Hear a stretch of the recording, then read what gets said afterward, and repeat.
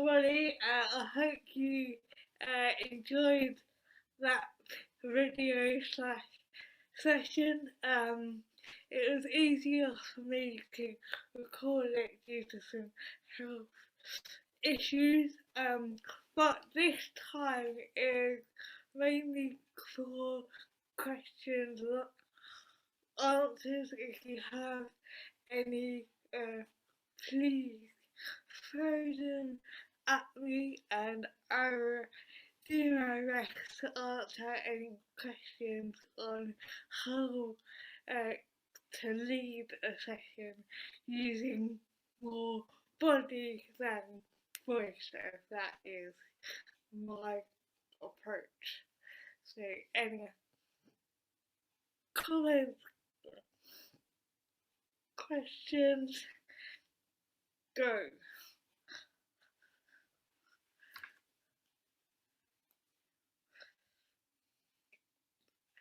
Jennifer, got a hand up. Hiya, I think you can hear me, right? Yeah. Yeah, cool.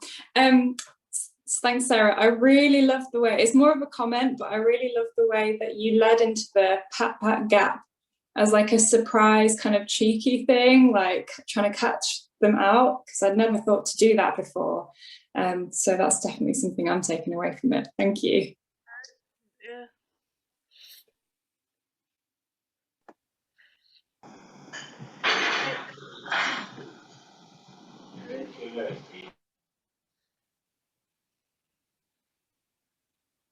Lynn? Hello. Yeah, Lynn. Hi. Yeah, that was lovely, Sarah. Thank you so much. I've just got a question for you about people with visual impairments. How, you know, where do you start? If you've got, say, a group of people with all kinds of different issues, but there's one or two visually impaired, how would you get them engaged?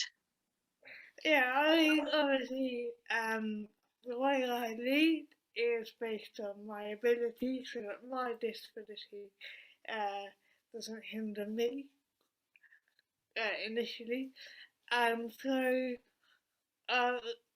when I do have participants who are visually impaired, I may have a support person with me or with them who, so when they're doing this, their support may show them what they're doing, and assuming they can hear, the there isn't any strict rules around what is right and what isn't, and so just engaging with that participant, although can't see this, hopefully the sound that they can hear encourages them to join in, and having a person with me or with them can tell them what to do. I may brief their support person prior to the session to say we will do body pressure such as this and tapping, so that they're aware of what I'm doing to hopefully encourage them to join in.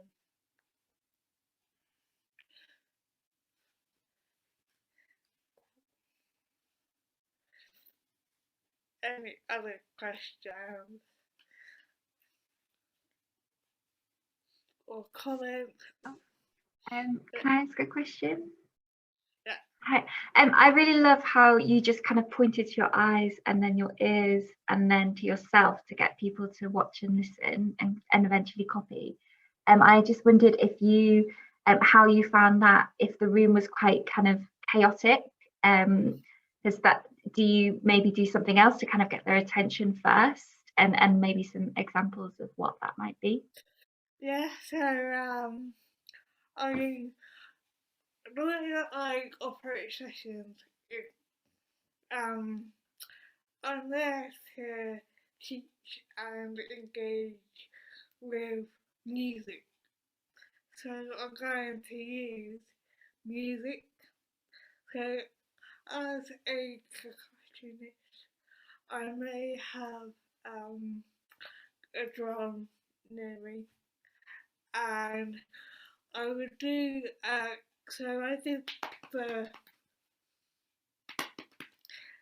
activity, and if it's noisy, a snare drum is heard over the noise, so I may do some rudiments and rolling on a snare drum or the beat,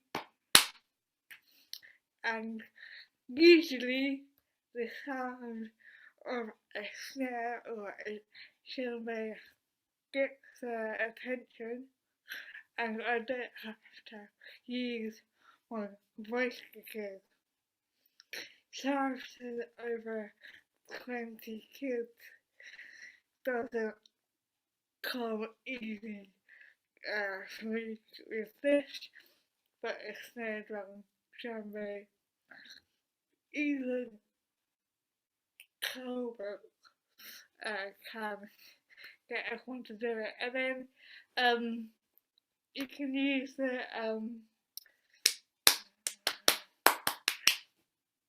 and most participants know the to the end, and so eventually you guys would join in the end. It gets everybody focused, hopefully. So yeah, like that.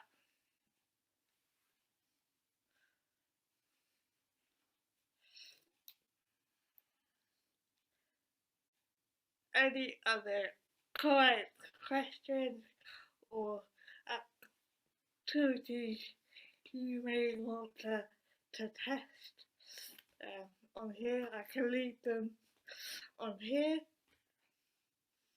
if you're interested. Okay, Sarah. Sarah, I thought it was brilliant. When you first did that quite complicated rhythm, I thought, oh my gosh, I'm not going to be able to do that. You broke it down so well, and I was able to do it. So that was great. I think it's always good to be on the other side and be a participant to remind you of sometimes how complicated things can be, but also how you can simplify them and break them down and make them really enjoyable. So yeah, just wanted to say I thought that was brilliant. Yeah, I mean, I use humour a lot in my sessions and on stage, and I love leading that activity and teasing everybody got it, yes, and their faces. And having humour, especially in disability settings, I find breaks down barriers, and it's okay that there's errors. I mean, half the time I miss my own hand. So, and when they see that the teacher has done errors, it's okay that they do it too. There isn't set rules or boundaries. It's just whatever happens, happens and it's okay. Just be whatever you can to fit in and join in. So I can do the big one so you can all see each other if you want. Yeah? So I'm gonna stand up. Hope you can see me. Cut my head off. Okay. Yeah? Can't really see you. Okay, so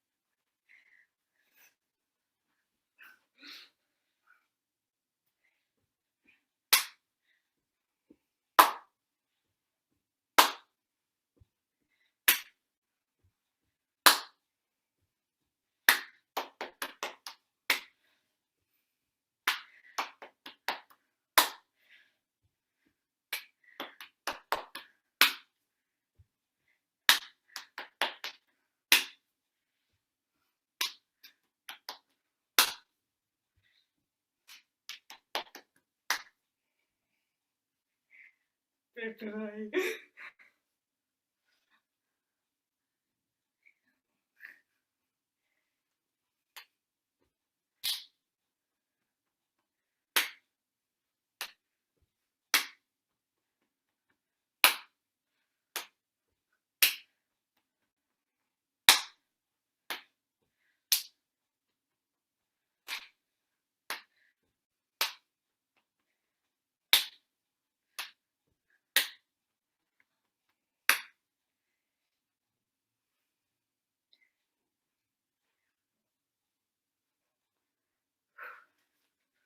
Here we go.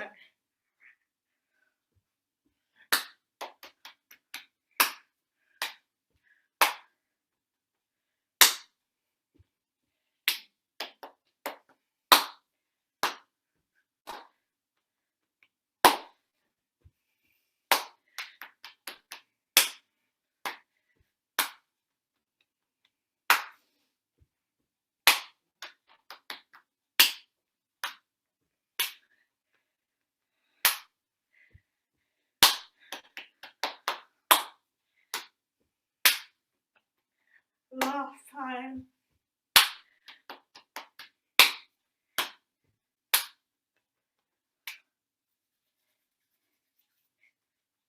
Ta-da!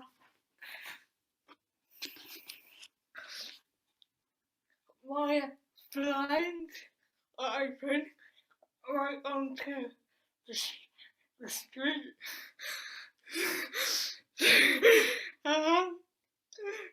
My neighbours in there.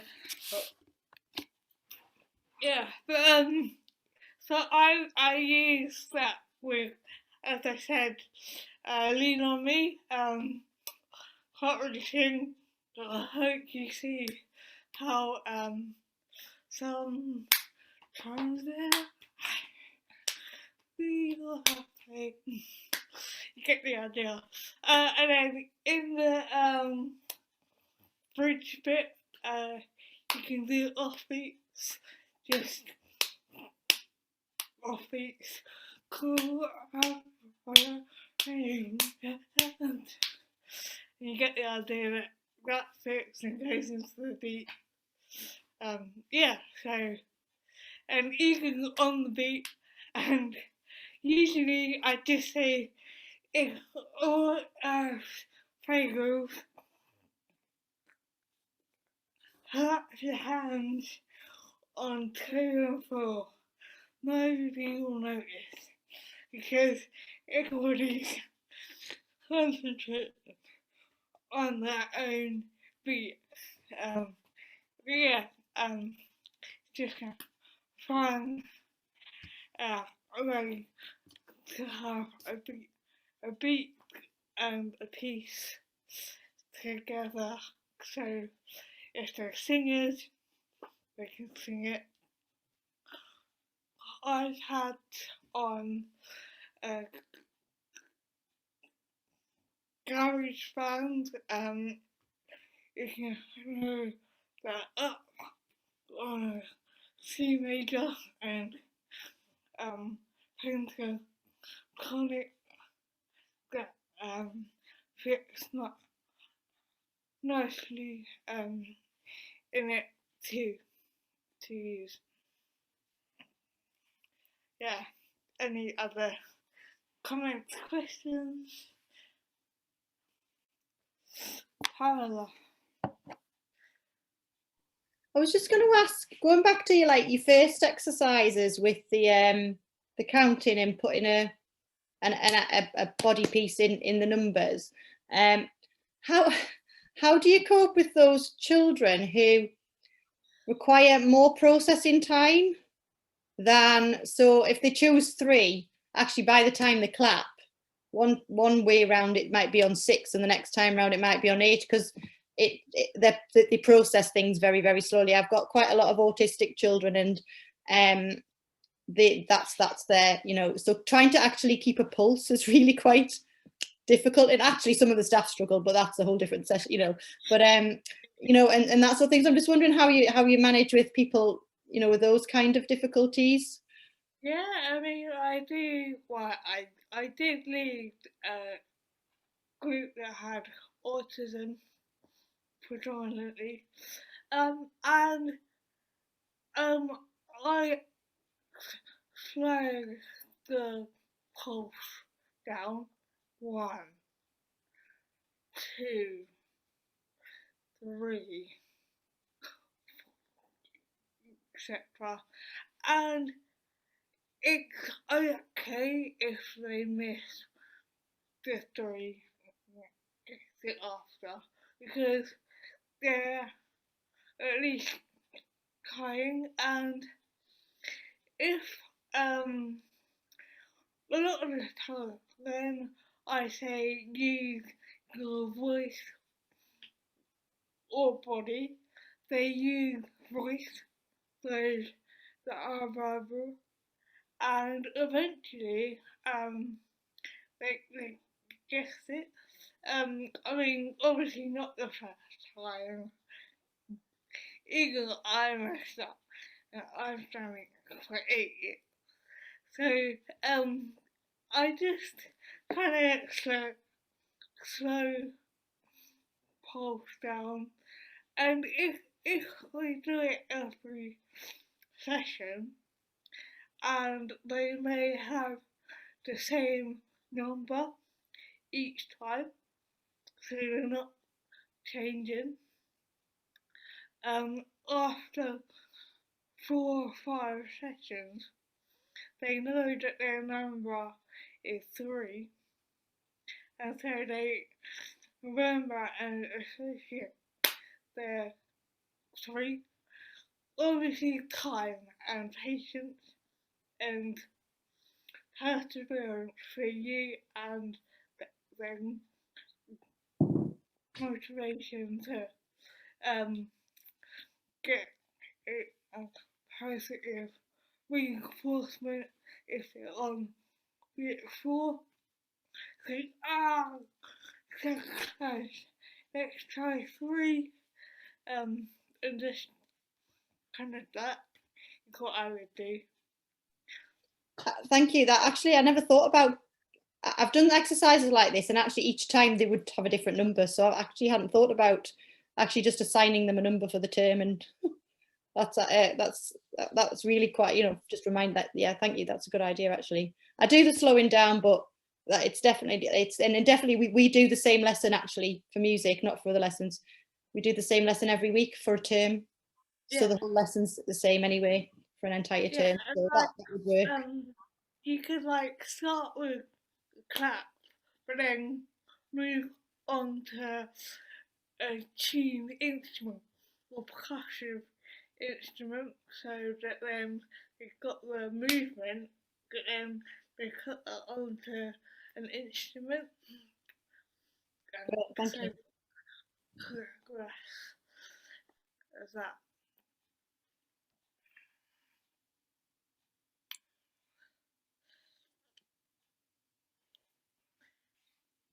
And I've got online 9 minutes.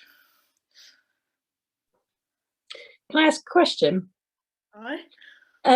How have you got on online? How are things worked online? Have you tried things? Obviously, my practice was built on not using my voice to lead sessions. So when this became the norm, it was a massive challenge for me Yeah. due to having to, only use this space and this as the main communication. But I've led sessions where I would say as much as I can, but then usually have a piano near me, and once the participants are on their instruments, it's no different. It is just the start is a bit, what did you say? But I'm used to that anyway. And once the session starts on instruments, that's my voice again. Although it's not in person, the interaction via the instruments, for me is still the best way.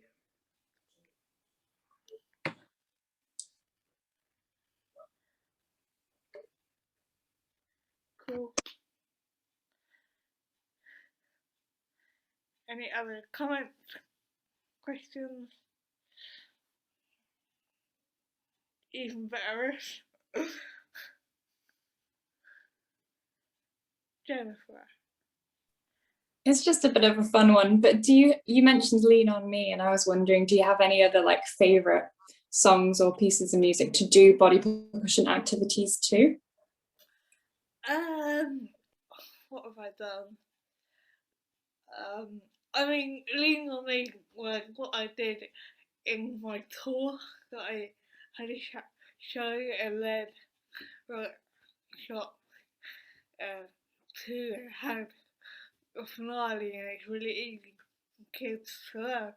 But I've done Three Little Birds for Marley, under pressure, but it's the beat. It's just offbeat, because it's kind of ska, reggae, offbeat are the easiest thing. I mean, it depends on their ability again. One of the beats that I did was more advanced abilities in processing, kind of goes like this.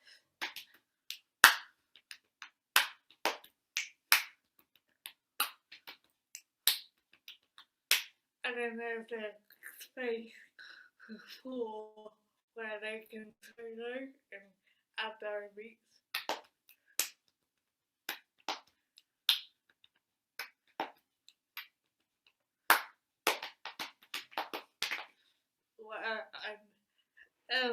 again, like, I don't really think that's to a song, but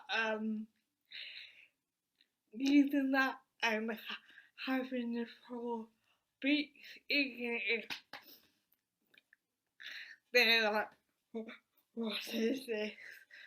That 4 beats is their space to shine and add their own part into a piece. I think I've done The Lion Sleeps Tonight to that beat.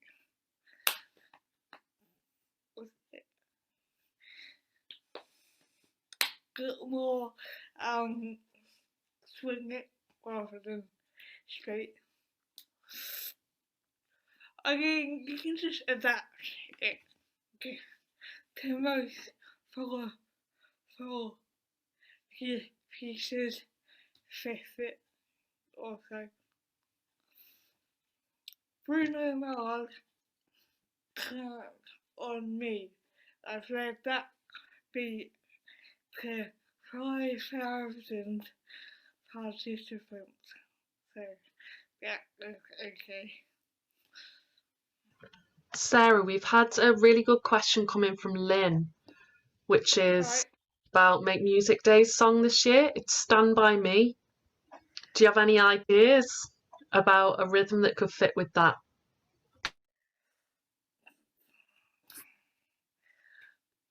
Like, not right on the spot, but I could probably develop an easy beat to go with it.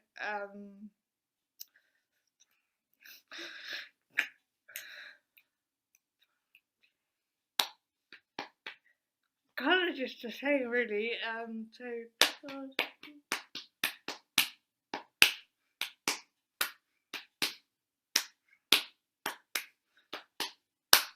That might work.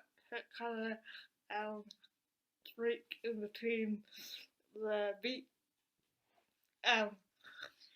If I had more time and could play the piece, I would develop a beat and not on video.